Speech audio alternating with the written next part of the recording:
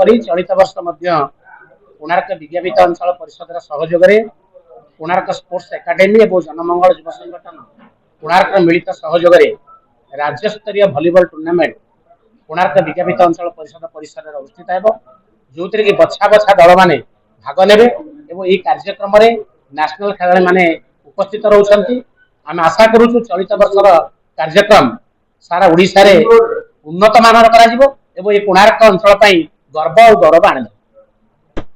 समस्त सहयोग आगामी दिन में भल कर द्वितीय कथा गोटे मोर अनुरोध करी स्पोर्ट्स एकाडेमी कार्यकर्ता मानक आम भली क्रिकेट पर गोटे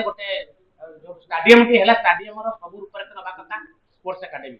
हुए तो आम चिंताधारा समस्त को स्वागत आम चलित वर्ष कोणार्क स्पोर्ट्स एकाडेमी जनमंगल युव संगठन मिलित भाव में कोणार्क एनएससी सहयोग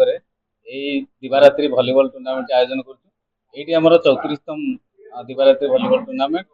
ए वर्ष 33तम कम्प्लीट करके 34तम भलीबॉल टूर्नामेंट आयोजन कर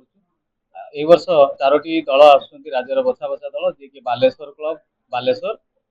आमर rainbow club Bhubaneswar Puri club Puri एवं चंद्रभागा क्लब आसुँच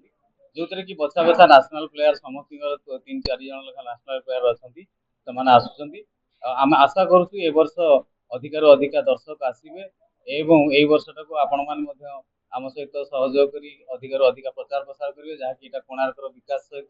खेलप्रेमी बंधु मानकर मनोबल आहरी वृद्धि पाइब तेणु आशा करुँच आपण मैंने आमर समस्त सभ्य एवं कोणार्क एनएससी अन्य जो ऑफिस अच्छी कोणार्कर समस्ते यह सहयोग करूँ एवं यही खेल को आहरी अधिका प्रचार प्रसार करूँ